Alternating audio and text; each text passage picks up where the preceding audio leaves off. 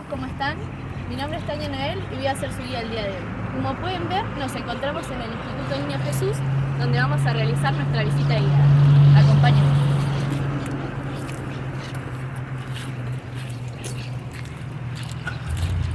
Bien. Ahora yo les pregunto, ¿alguno de ustedes conoce este lugar? ¿Han estado acá? No, yo no. ¿Sí? ¿Alumnas? Sí. ¿Mari? Por alumna y trabajo. Bien. Aquí también alumnos. Y los demás nos engañantes también. Bien. No se preocupen porque esa es la razón por la que estamos hoy acá. Hoy vamos a volver en el pasado y vamos a encontrarnos con la historia del Instituto Niño Jesús. Una historia que, a medida que pasa el tiempo, se ha quedado sin su valor. Una historia que se está extinguiendo. Bien, pero antes de comenzar, quiero agregar algunos comentarios, ¿sí? Nuestra visita va a tener alrededor de 30 minutos de duración. Las distancias que vamos a recorrer son cortas y tenemos una visita dentro del lugar y otra por fuera. ¿Bien? De más está decir que si en algún momento tienen alguna pregunta o desean agregar algo, pueden hacerlo levantando la mano. También pueden dejar sus preguntas para el final mientras no se las olviden. ¿Sí? Bien. ¿Hay alguna pregunta? ¿No? Bien, ¿me escuchan bien? Sí. Bueno, entonces vamos a comenzar.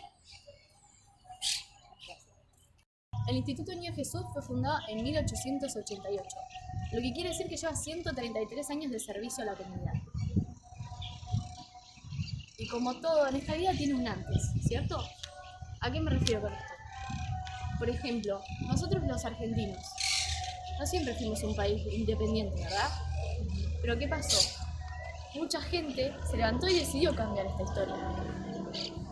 Se lucharon contra grandes adversidades y lo lograron. Algo que nos beneficia a nosotros y nos benefició a ellos, ¿cierto? Algo que para nosotros ahora es muy normal, es tener nuestro propio himno, nuestra propia bandera, nuestras propias costumbres. Bueno, ¿y cómo agradecemos todo esto nosotros? ¿De qué manera? ¿O por qué estudiamos historia en la escuela? Porque algún día alguien se le ocurrió y dijo, bueno, tienen que estudiar la historia porque sí. La estudiamos para mantenernos en la historia, en un punto. La estudiamos porque es algo que es parte nuestra, es parte propia. Nos pertenece esa historia. Y nuestra forma de agradecerles no será recordando cada uno de ellos y cada cosa que hicieron, pero sí recordar todo lo que ellos tuvieron que pasar para que nosotros podamos hoy disfrutar de eso, ¿cierto? Bueno, una historia similar o una situación parecida tiene el Instituto Niño Jesús, porque este colegio no siempre estuvo acá.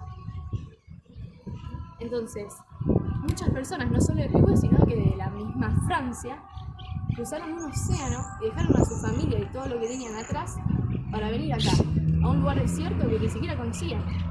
Y no saben la cantidad de cosas que tuvieron que pasar. Pero, a diferencia de la anterior historia que les conté, esta no está siendo agradecida, no está siendo recordada. Entonces, vamos a conocer hoy esta historia y vamos a convertirnos en sus contenedores y sus futuros transmisores. ¿Sí? Hoy vamos a traer a la vida y vamos a conservar para siempre en la memoria la historia del Instituto Niño Jesús. ¿Qué les parece? ¿Sí? Bien. Vamos a nuestra primer parada. ¿Por ahora van bien? Sí. ¿Sí? Bueno, ¿vamos? Vamos. ¿Quién ve por acá?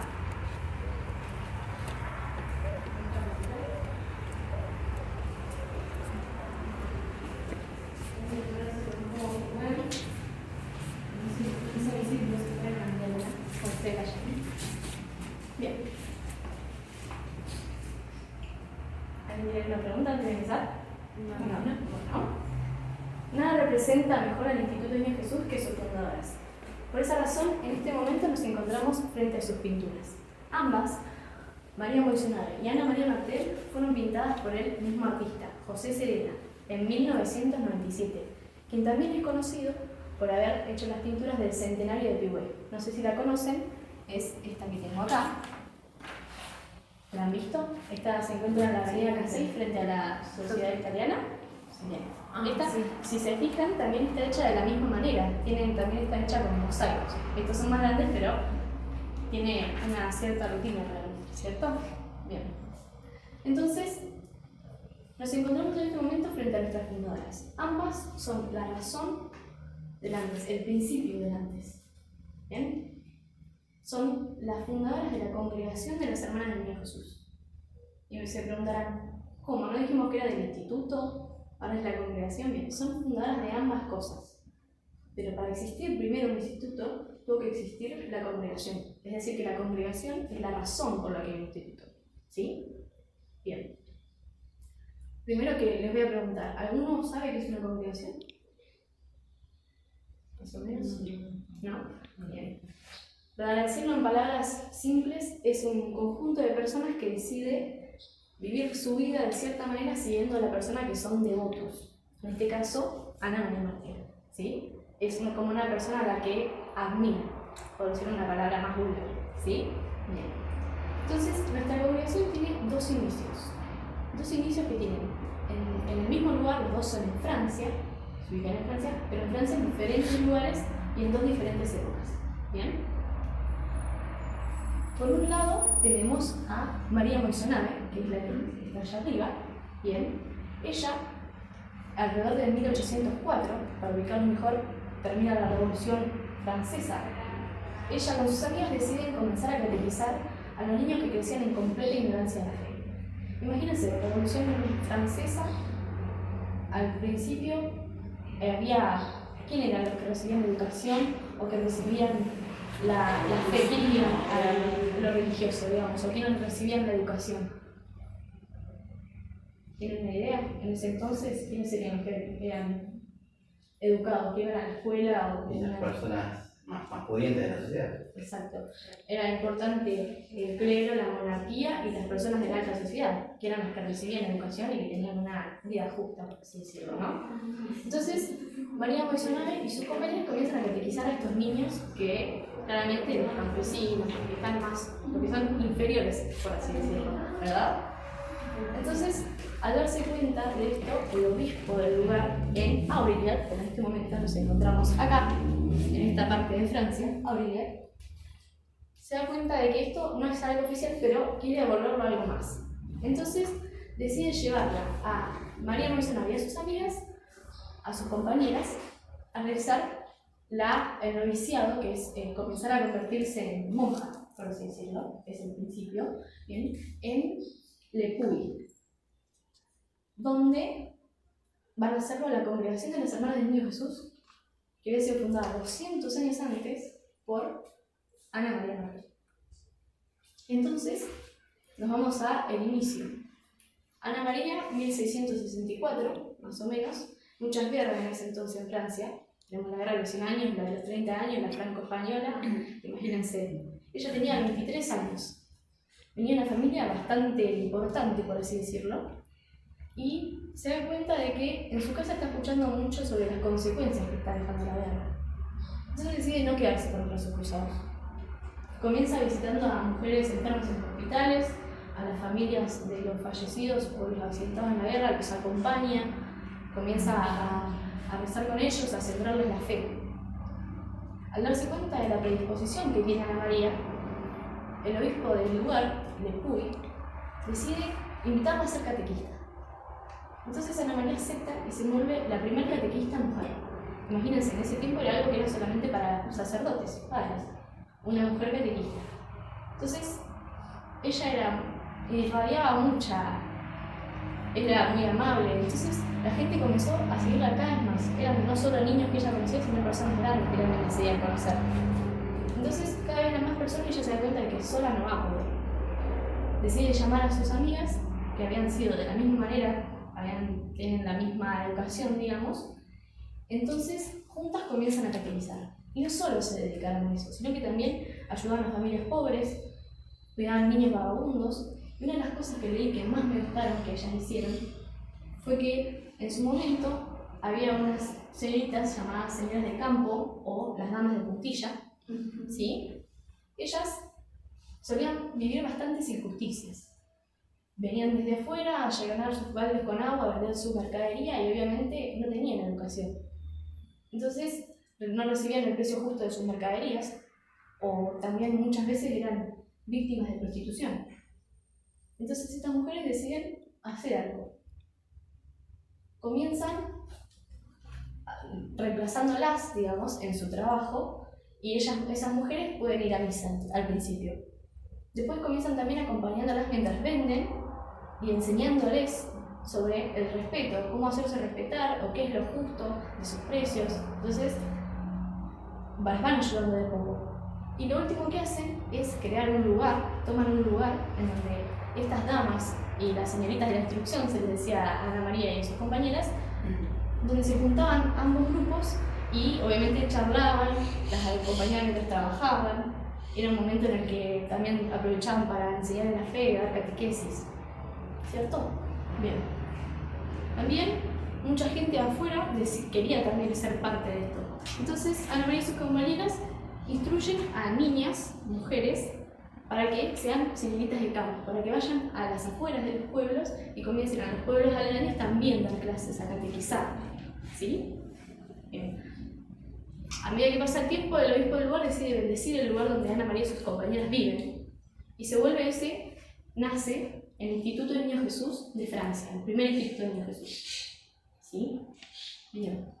Ya estamos en la época en la que ya existe la congregación de María Moisonave y la Santa Sede, que es la que se dedica a manejar todo esto de las congregaciones, se da cuenta de que ambas congregaciones tienen características similares. Entonces deciden unirlas. Se forma así la Congregación de las Hermanas del Niño Jesús que conocemos a día de hoy. ¿Hay alguna pregunta? Bien. ¿Seguros? Sí. Ya nos podemos dirigir a Pihué. 1884 se está fundando el pueblo. Un revuelo, hay personas tratando de averiguar qué hacer en este lugar, qué hacer en este, qué hacer en el otro.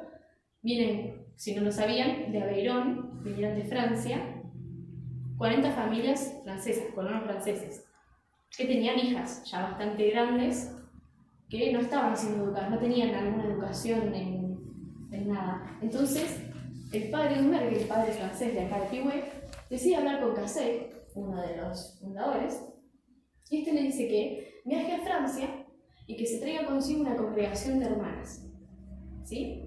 Que él va a dar una tierra, un terreno, y va a construir un lugar para que ellas den clases.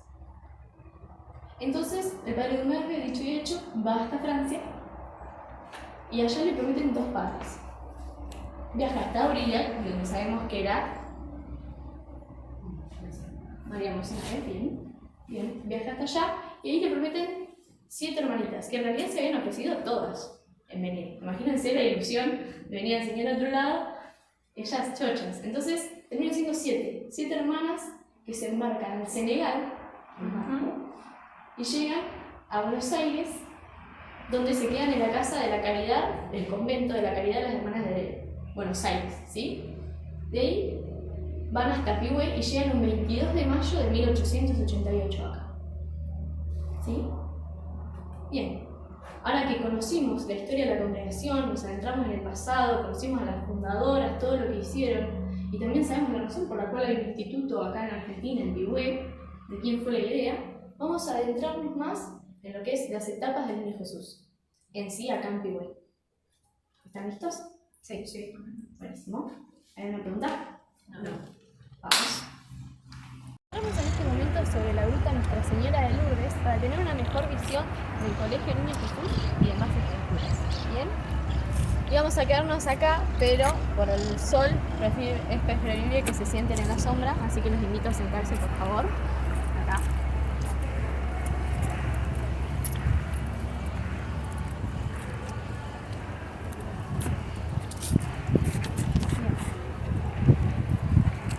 También ahí. Sí. Como pueden ver, el Instituto del Niño Jesús es un lugar inmenso, es muy grande, ¿cierto? Porque entramos desde allá atrás y vinimos caminando como si hubieran sido cuadras. Bien. En su momento, cuando el señor Casey dio este lugar a las hermanas para que puedan tener un lugar donde enseñar, donó alrededor de 9 hectáreas. ¿Saben cuántos es más o menos? ¿Son 9 hectáreas? ¿No? Son alrededor de 9 manzanas.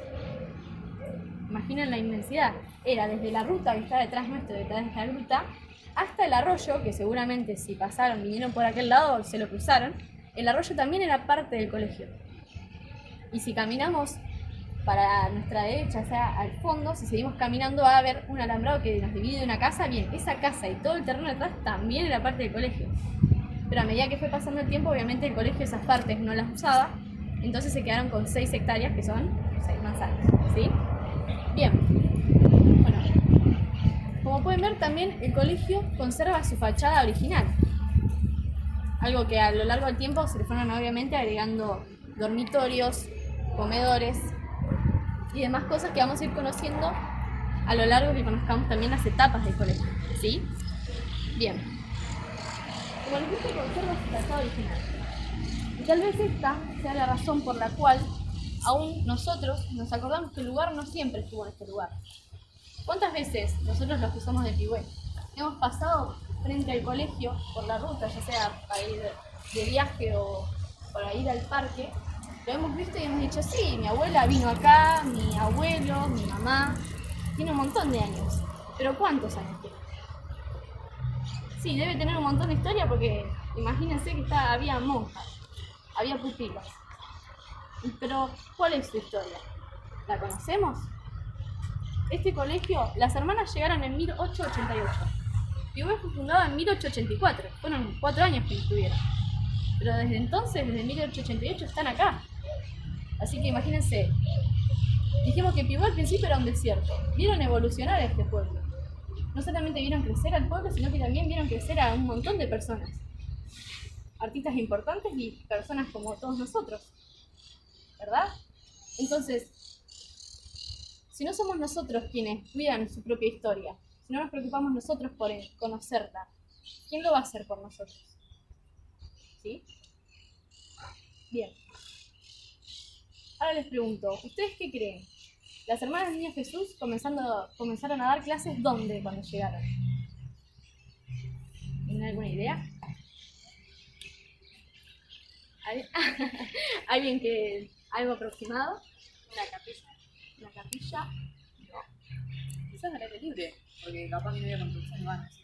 También podría ser, pero no. Ellas comienzan dando clases en una casita muy humilde de madera y zinc en la calle San Martín, la dirección 30. ¿Alguien puede adivinar más o menos dónde queda?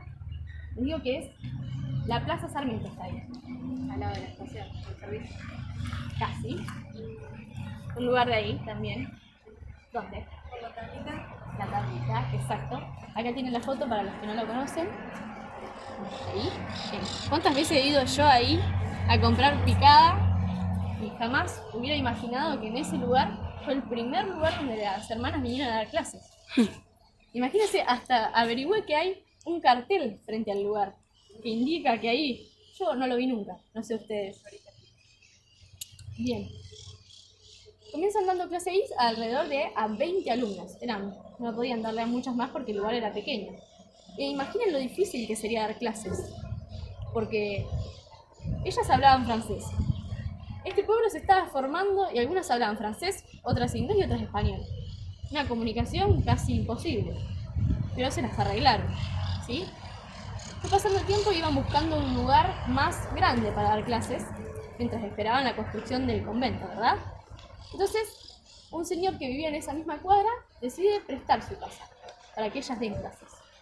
Este señor era la Casal, que también su casa se encontraba en la misma cuadra del lugar que les hablé. Entonces, ¿ahora dónde creen que es ese lugar? Es en una esquina frente a la Plaza Sarmiento. ¿El hotel? ¿El hotel? No, La estación. la estación de servicio, que ahora es Puma. ¿Sí? Bien. Yo vi a esta estación de servicio cambiarse no sé cuántas veces de nombre, pero jamás hubiera pensado que hubo algo antes de una estación de servicio. Bien. Entonces pasó el tiempo, estuvieron varios meses en este lugar y les entraban ahí al menos 50 alumnas. Algunas de afuera, otras del mismo pueblo. Pasa el tiempo y ya para finales de 1889, un año después de que ellas llegaron acá, inauguran de una vez el convento. Entonces, todos ayudaron en la construcción de este. Muchas personas traían cosas de su propia casa, aunque sea una silla. Todos estaban emocionados por conocer. Entonces, los que no podían traer algo material, ayudaban con algo propio. Algunos trajeron sus mulas o sus burros para traer piedras desde las sierras para crear las paredes. Otros se dedicaron a ayudar con las decoraciones y a ayudar a acomodar el lugar en la mudanza, ¿sí? Todos fueron parte. Y no sé si lo sabían, pero al principio fueron pupilas las que venían a este colegio. Era diferente. ¿Saben lo que son las pupilas? ¿Alguien? Son los que vienen a Colegio 6 y viven ahí. Exactamente. El día de la posada. Sí, no es como en los colegios de ahora que entran una hora y salen y vuelven a su casa, sino que se quedan Claro, viven días ahí, y están días en y sus días. casas. Vale, muy bien. Entonces, un día normal en la vida de una pupila era levantarse a las 7:15, rezar, obviamente tenían una misa, desayunaban y tenían horas y horas de escuela, digamos, tenían la tarea. Después llegaba la hora del recreo, una hora de recreo, almorzaban, luego tenían de nuevo clases y se dedicaban a hacer tareas, las tareas del colegio, la merienda, y luego se dedicaban a hacer tareas del lugar, ya sea lavar, barrer, ordenar sus habitaciones, planchar, se dedicaban a coser sus propias cosas, ya sea algún vestido o a crear sus propias carpetas. ¿Bien? Llegaba las 6 de la tarde, era la hora en la que se cumplían las penitencias debajo del reloj. ¿Cuántas veces hemos escuchado a nuestros papás, a nuestros abuelos decirnos que antes era severidad, ¿cierto? La regla, o en ese momento rodillas al suelo y estar horas y horas ahí. Bien, en ese entonces se hacía eso también. Después llegaba la hora de la cena y nuevamente iban a dormir. Bien. Como les dije, hubo varias construcciones además del instituto. También tenemos la capilla, que no sé si la han alcanzado a ver. Bien. Antes, cuando recién llegaron las hermanas, utilizaban una de las habitaciones del edificio, abajo. Pero una de las hermanas, que era la madre superiora del lugar, Madre María Loaiza, se da cuenta de que ellas tienen un lugar inmenso para ellas mismas, ¿cierto? Y que el Señor está viviendo en un lugar bastante humilde, ¿verdad? Una habitación con algunas pocas sillitas y dan sus misas ahí. Entonces decide hablar con el obispo de Buenos Aires y este manda a construir una capilla al lado del colegio, adosada del colegio, ¿sí? Entonces, esta capilla, cuando se inaugura en 1894, es utilizada por todo el pueblo como una parroquia, porque no había parroquia en ese entonces. Y no solo para Pigüé, sino para los pueblos cercanos a Pigüé. Entonces, venían muchas personas de todos lados para presenciar acá, y no era que solamente había misas. Hubo las primeras comuniones de Pigüé que se hicieron acá. También hubo bautismos y muchas personas también se casaron. Han festejado sus bodas de oro, también han vuelto al lugar a festejar sus bodas de oro y traer consigo algún regalo, alguna de las vitrinas que hay, ¿sí? Un lugar bastante importante. Es más, en 2013 fue nombrado Patrimonio Municipal por su valor arquitectónico, artístico, ambiental, histórico también. Para que ustedes tengan referencia, fue la primera en la región, 1894, Sí. la de Carué, donde viene Agustina, Sí. es de 1905 recién, ¿sí? Para que tengan referencia de la importancia regional que tiene el colegio. Claramente, 1894, muy temprano, ¿cierto? Muy bien. Otra de las cosas que también se construyeron acá es la gruta que tenemos en este momento frente a nosotros. Como pueden ver, es una de las cosas más lindas que hay, es muy natural, siempre sin verlo. Bien, esta fue idea de la señora de Cabenito, la esposa del señor Cabenito. Ella era devota de la señora de Lourdes. Entonces decide primero donar una sierra de 2 hectáreas en el viejo camino a Saavedra. Vieron, pasando el Cerrito de la Cruz, creo que es, ¿cierto? Bien. Donaba una sierra ahí para poner una gruta.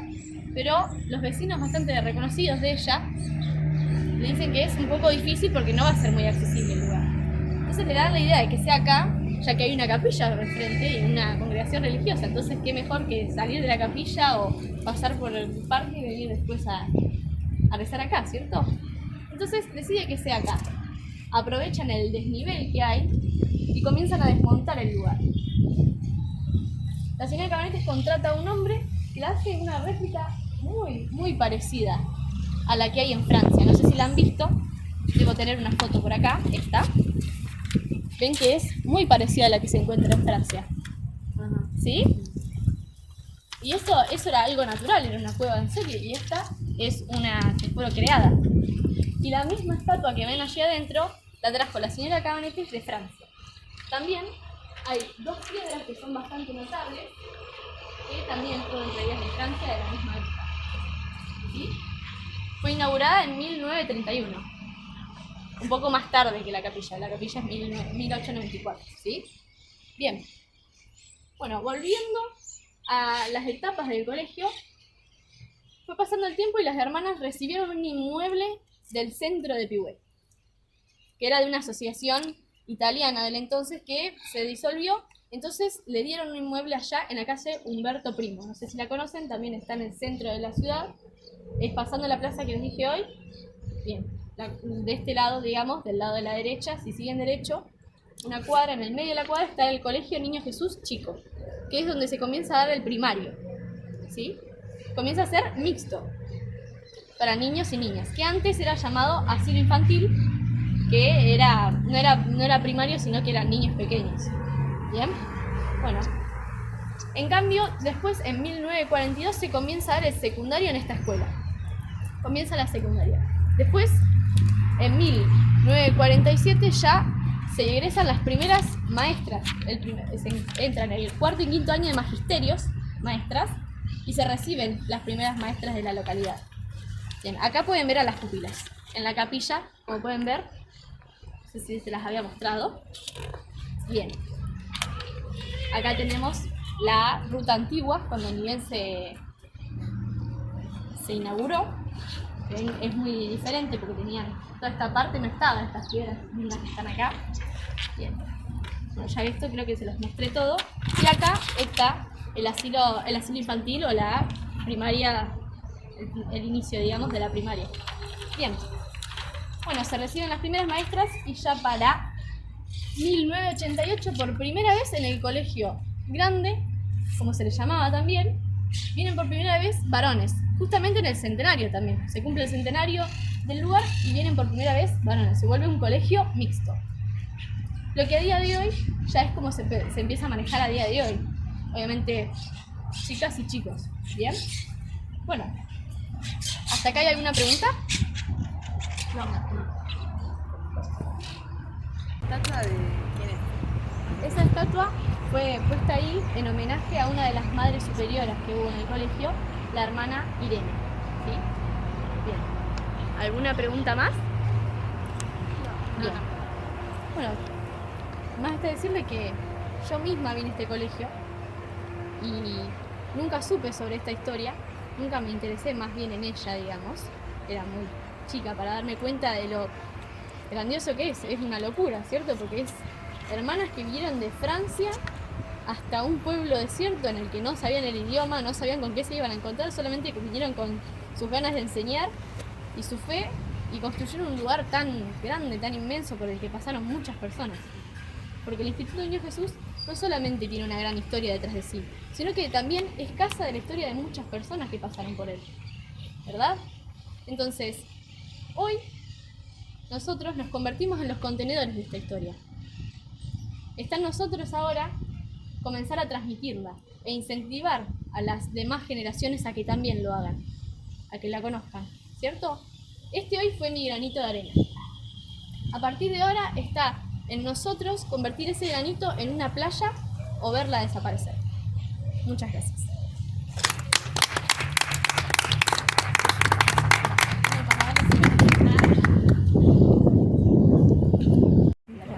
Gracias.